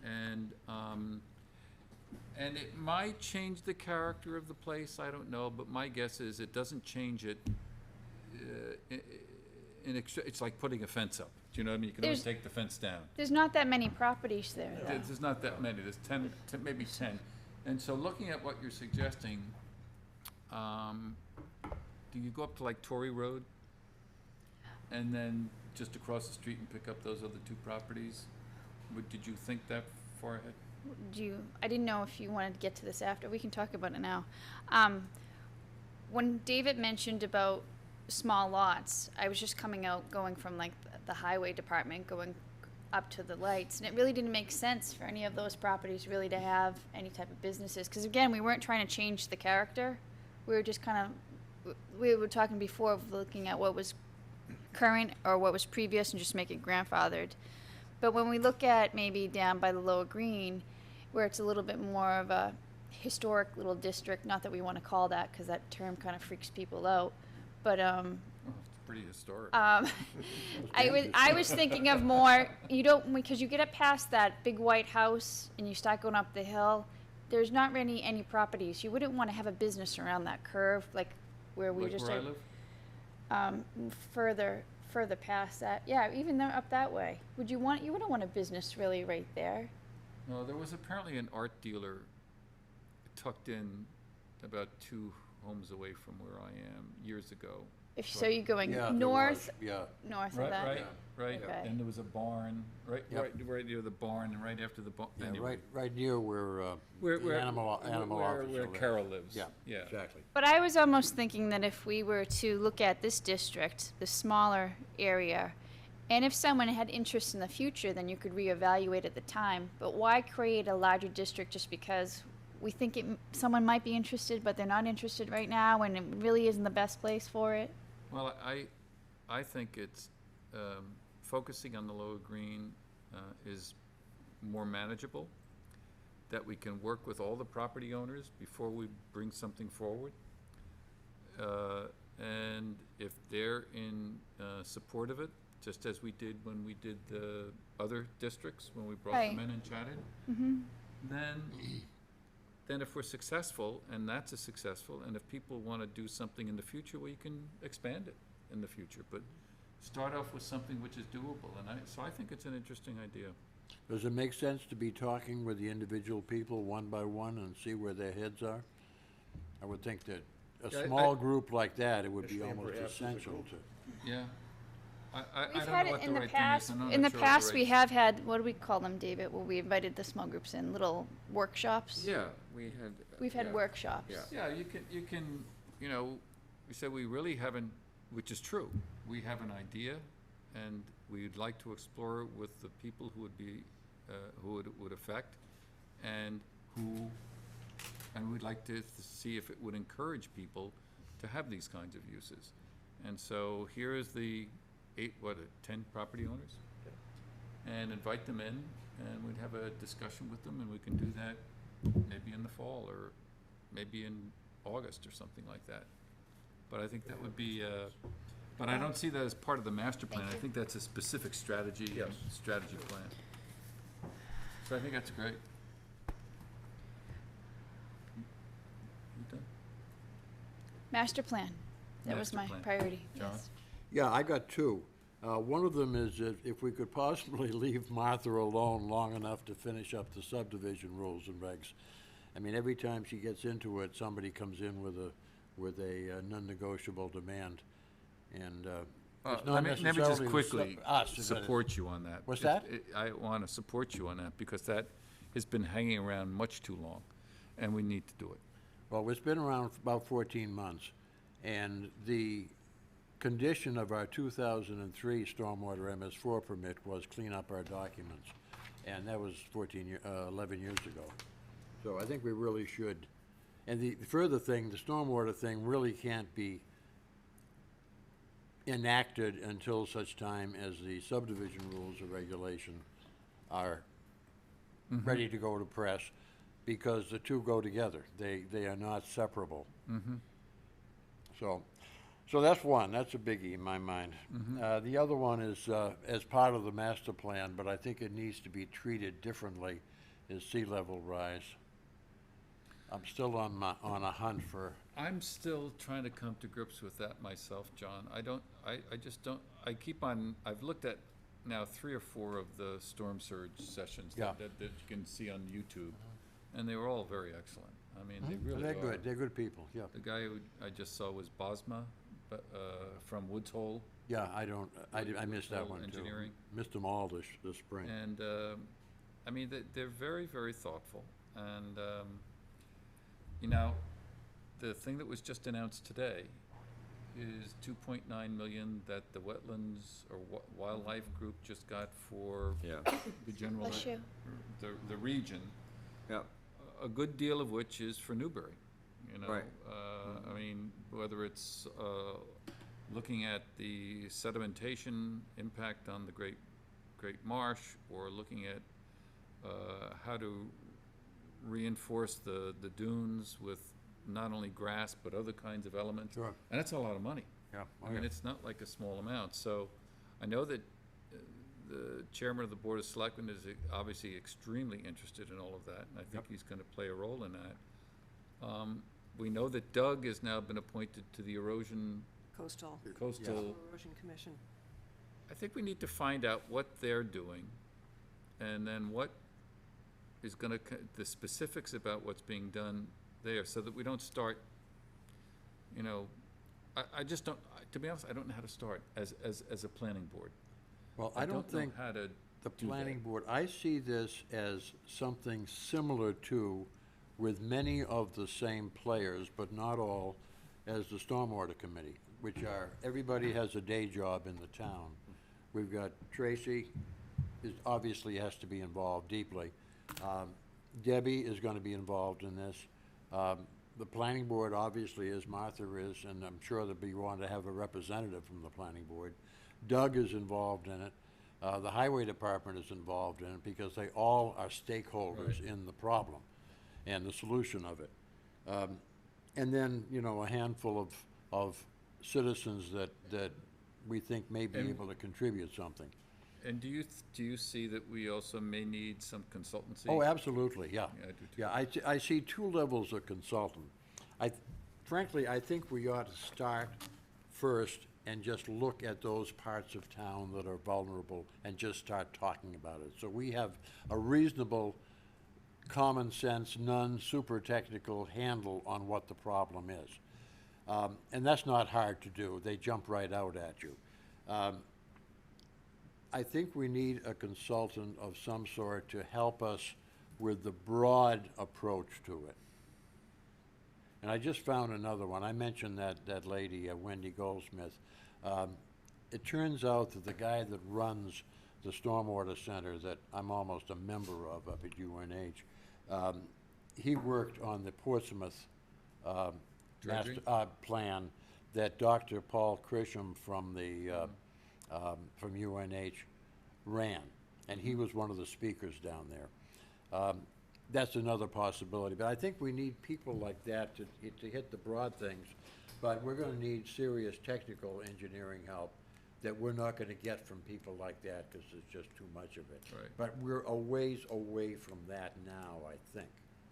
But, you know, I really feel like we should get ourselves educated first, kick around what our issues are, and I think it'll be obvious to us when we. Did you get the YouTube things I sent, from I've the been storm watching them surge? right Have you along, had- yeah, I haven't got them all, but, Cause they're pretty good. Have you yeah, watched I have yours? enough trouble hearing them, but they are good, yeah. They're not, the chairman of the Newburyport Concom has been taping those. What do we think, Newburyport's doing? Well, You know? no, I mean, it's interesting. It would seem to me this is the classic situation, and you've asked me about this, and the people, Peter Fippen at MVPC is one of the Did you see Peter people. Fippen on the news? Did you see that? Yeah, well, they're the people involved in the grant that you Right. just referred to. Right. Last commission meeting, I guess, right. There's great concern in Salisbury, okay, about this whole issue. And it shares a lot of the same kinds of issues that Newbury does. Newburyport shares them in a different kind of way because they have both the end of Plum Island, right, which is, you know, but they also have the in-town issues and the issues of what that may or may not do to their waterfront development and a bunch of stuff. And the industrial park. Well, which is- right. Which is, you know, definitely forgot threatened about long-term, huh? Yeah. Yeah. Oh, yeah, that's a real problem for them. And my guess is that what you're looking at is, you know, you're looking at a broad range of stuff which particularly impacts coastal communities at the storm level, but also impacts coastal communities in terms of dealing with massive amounts of water. Water that is going to come two ways, off the land and out of the ocean. And if those two things we know happen at the same time, we're all in, you know, Katie bars in the door. various kinds of trouble.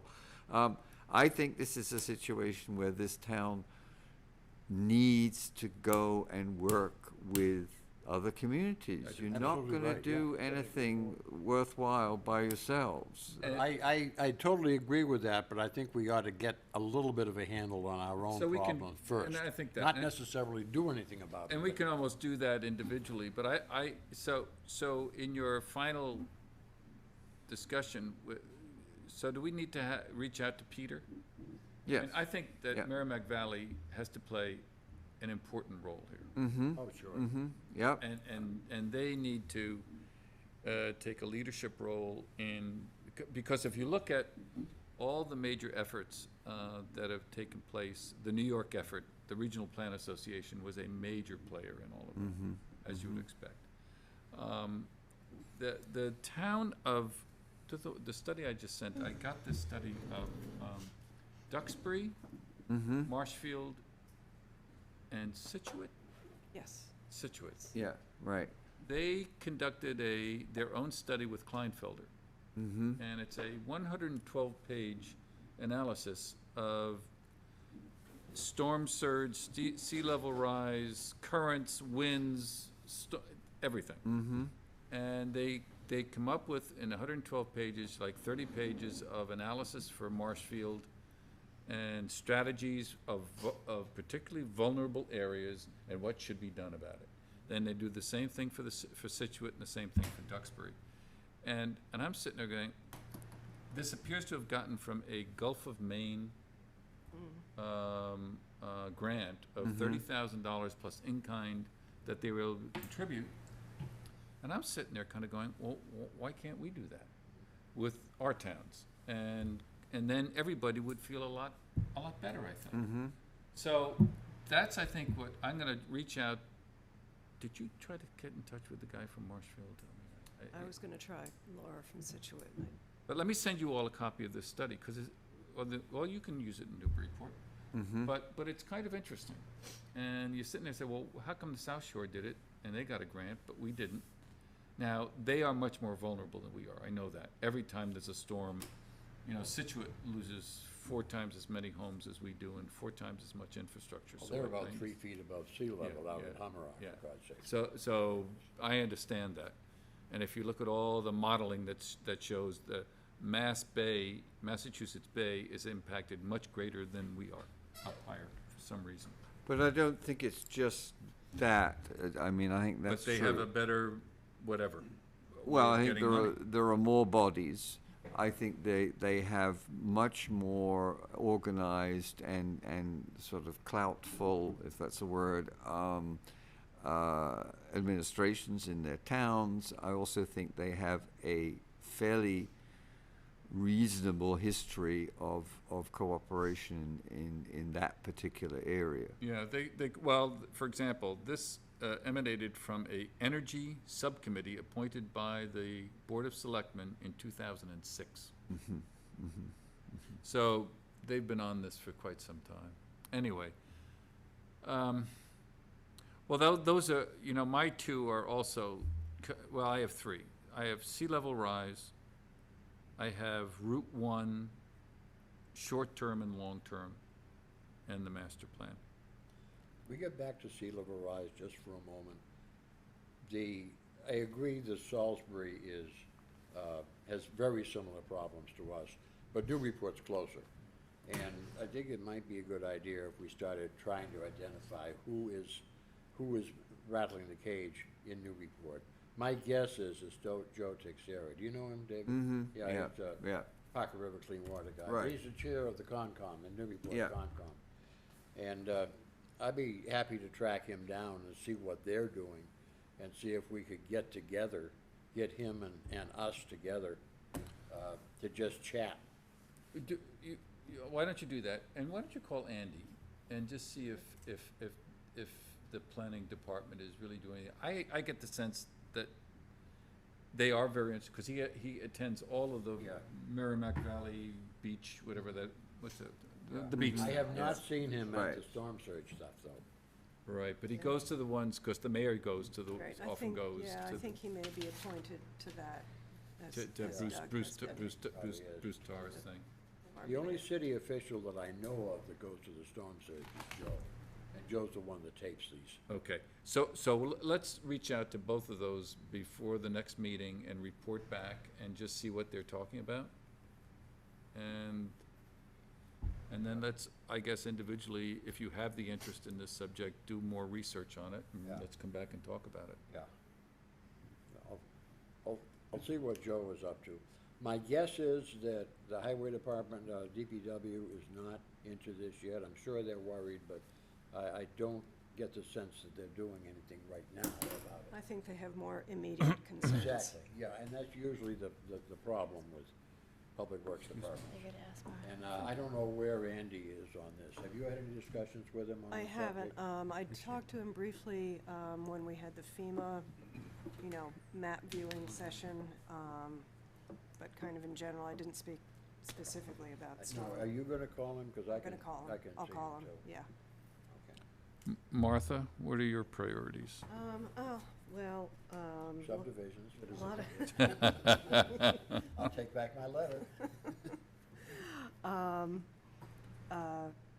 everything that everybody's mentioned, but a couple of things that haven't been discussed is, and I think we're all a little stymied on how to address it, but I do think affordable housing is an issue.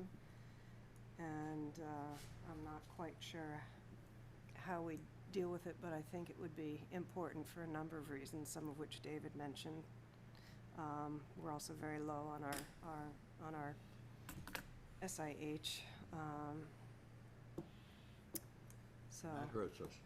it Did you does. ever find out if the, is it called the Section 8 rentals qualify for affordable housing? Sure they do. Because I don't think that they were in our, But when I'm- I talked to you that before, I thought we weren't including those. The only ones that are on the inventory are the 3 elderly housing, the 3 Quaker. I know Newbury that there Village are Quaker more in Village. town, so I was just curious, when a landlord becomes eligible to receive the type of funding, or however it works, are we notified? I don't know, I'm not. I don't know if it goes someplace. No, I meant the wait a minute. town. I Were meant you the talking about town. Section 8? Is Section 8, Subsidized. is that the subsidized from the Yeah. state, where the Yeah, state but gives you that's- money? that- Comes from the Section feds. 8 travels with the renter, not the Oh, the so I don't know how it works, that's why I'm asking, Well, okay, I'll so. tell you how it works. So, but I'm just saying, when it's in town, because we do have some of them in Yeah. town, But she are we raises a good notified? question. If we have a significant number of Section 8 users in town, do they count? And I don't know the answer. No, I can tell you they don't. I didn't know if the apartments qualified, and you had to seek out those individuals. No, you. It's the other way around? Okay, think about it this way.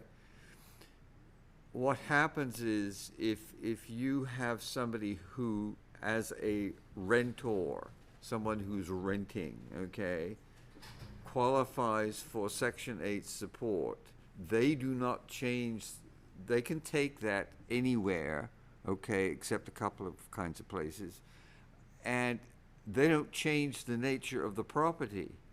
You could have a Section 8 tenant, actually, as long as the I rent understand. is what it is, in a, a millionaire's thing with a jacuzzi. I That's didn't know if not there gonna were, happen. I didn't know if there were any qualifications, that's why I was asking. No. Not anything to do Oh, with there that. are qualifications. Yeah, You have to have but certain income. For the No, renter. I meant for the, never, let's just move on, because we're Let's moving move off on. topic, we're off topic. The point being is if we have these in town, should they be counting towards our inventory or not? And I guess if it follows individual, I guess, how would you keep track of that? I'm not sure. Well, I don't think it does qualify, is what I'm trying to get at. It's not housing stock. It's an individual's, It's it's a income. person. It's a subsidy Yeah. going to an Yeah. individual as opposed Okay. to a rent controlled, if I can There, call it there, that. there are instances, though, where a developer, when he gets all of his approvals, he gets his state bonds, he gets his investment tax credits, he gets all of his tax credits, he then will also be granted X amount of Section 8 to add to that. And sometimes they become place-based, sometimes. Are you sure it doesn't go to the landlord? Because I No. heard there's a No. apartment in town, this is what I was Uh-huh. told, that got a grant from the state to fix up his apartments because it was Section 8 housing. That's what triggered Well, the discussion. Well, I don't know anything about that. I just, I think, okay, what John just said, I think, is what you're alluding to, is a situation where essentially you're providing housing for, and if that's the case, yes, possibly. But you were sort of saying how many Section 8 Again, folks I'm we not, have. this is not my expertise Right. here, David, so it was just No, more of right. going for inventory, My- knowing there's these The apartments in opening, town, how yeah. does this my work? instinct is that that's not where we're gonna get our numbers. Our Okay. numbers in affordable housing will be either in inclusionary, where we decide if we had a decent-sized housing project and we said 10% should be affordable, or from a 40B. And you'd rather do it through inclusionary, I think, because you can control it better. But, so, when you say affordable housing, do you want us to start thinking about whether or not we want to consider an inclusionary bylaw? That would be part of it. Okay? Is that a social or a fear? In other words, do you want to up the percentage because it gives us more possible control over what could, but probably isn't going to happen? Or is it a social statement? I would say it's a social statement. Okay, because I think that's important. In other words, it's a sort of social philosophical thing that we should have. Yeah, I mean, it's That not. sort of But it- David, it- you just made, a half hour ago, not a social statement, you made a economic. Personal, Right. No, you made an economic. economic Sure. statement. No, it's Right. true. But, I mean, then that's what I mean by social statement. It's Right. not, you know, it's not an abstract idea. It's the Right. fact that, That our teachers can't live here. right, Right, yeah, good. you know, we have a whole workforce here that can't afford to live Yeah. in Yeah, town. Right. there's a large number of town employees do not live in town. Does good Newburyport reason. have the same problem? I would imagine they would. Oh, yeah, I'd say so. Although they do Ipswich has have, had they it. do have a large amount of small condominiums that are affordable They have a broader range Yeah. of products, Housing even though they're, types. maybe the average sale price would be a little bit higher. They have a number of one-bedroom and two-bedroom condos that aren't too expensive, that are, But I think you'll find part of the problem is that the older employees, municipal employees, many do live in town, but the younger ones do not. Mhm. I mean, the irony is right in front of the condo where I'm gonna be living is a little house where if you sneeze, you know, the walls bulge out and they're in our property. And a municipal employee lives there. It was his mother's house and he was, you know, it's modest, the taxes are fine, et cetera, but the chances of when that comes on the market, someone working as he does, but with 20 years less experience, isn't gonna be able to afford to buy that house. I know none of the Coast Guard guys live in town. Right, They drive down from Maine, for Pete's yeah, sake, yeah, or up from the South Shore, South Yeah. Boston, you know. or down the valley. Yeah. I mean, yeah. So that was one thing. The other thing that we do need to address is and this probably goes with stormwater and subdivision, is we need to finalize if there are any changes to be made to our site plan review regulations and hold a public hearing. right. Because we may be getting one of those coming along soon. So right now, we have a disconnect between the bylaw that was just approved and the regulations that we have in place. What is the disconnect? Wait a minute. You mean the little snafu we had? No. No, just, we've passed the bylaw, which is based on a two-tier Right. review process. And we have no regulations The to respond to regulations that? that we have don't reflect that. Well, we have to do So that. we've got to And they finalize that. reference a stormwater, rules and regs that does not yet exist. Okay. Well, I think that is one of those things that jumps out at us and says we need to do that, along with the subdivision. Yeah, I agree. And then we had a lot of talk about the master plan. And then some things that are subsets of the master plan, like the sign regulations. And the work on Route 1. And then I think we have as a separate issue, sea level rise. Yeah, that Better? really is part of the master plan, but yet I think it warrants a separate group entirely. Well, why don't Martha and I summarize this and have it prepared for the next meeting? We'll meet and just talk about this and, let's see if we can have it as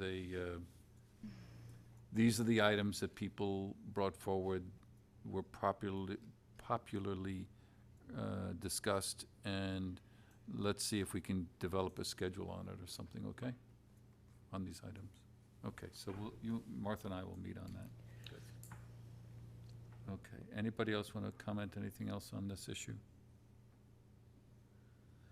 Okay, on the committee reports, you were at the BOS last night. Right, so I already talked about the appointments to the ZBA. They actually made a number of other appointments, both town employees and also Kathleen, you were approved to be the liaison to the ZBA, Shocked. and you were approved for the Conservation My Commission. goodness gracious. Oh, my You gosh. fill my heart. The first topic of conversation, I missed part of it, was about beaver management. Is that Middle Road issues? Middle Road issues and others. Where, they're not talking about the old, the old beaver problem, but a new beaver problem, right? In that whole area, As I said, further south. yeah, I got there late, and actually the acoustics were, the setup was terrible, so it was almost impossible to hear the conversation, so I'm not sure exactly where they were talking about. Where was the I meeting? believe it was on the Walsh property, which is further down. Yeah, Because right, your meeting was here last night, right? Yeah. yeah. So it was in the firehouse? No, it was over in the library, the meeting room. Oh, okay. No, I just wondered because in fact, you know, I mean, we've had egrets and all kinds of fun stuff visible daily off Middle Road because the beavers are active, and that's about a quarter of a mile south of where they were before. And what, you know, burns my hide is I drive past the $40,000 we spent to absolutely no effect. They just Where there were no they beavers. relocate, you know? Yeah, I mean, Yes, they they did. So did. what did they They say? talked about it on Scotland Road as well, Yeah, that area there. Yeah. So there's a fellow, what's his name, who's gonna be installing beaver deceivers, and they talked about locations and right. and Yeah. how they'll be dealt with on private property versus public property and that kind of thing. Anything else? That was it? No, it was actually a very long meeting, but a lot of it was, you know, Oh, who did they appoint to the Essex, the Costa, what is The- it? the Gre- scenic byway. me. Oh, good, Oh, good. good. Good. Okay. What about anything else here? MVPC, did you say you just had a meeting? No, it'll be tomorrow, and I just make a couple of comments. The one I made earlier, I'll re-emphasize, and that is that what we're gonna have tomorrow night is a presentation about what the tourism Yeah.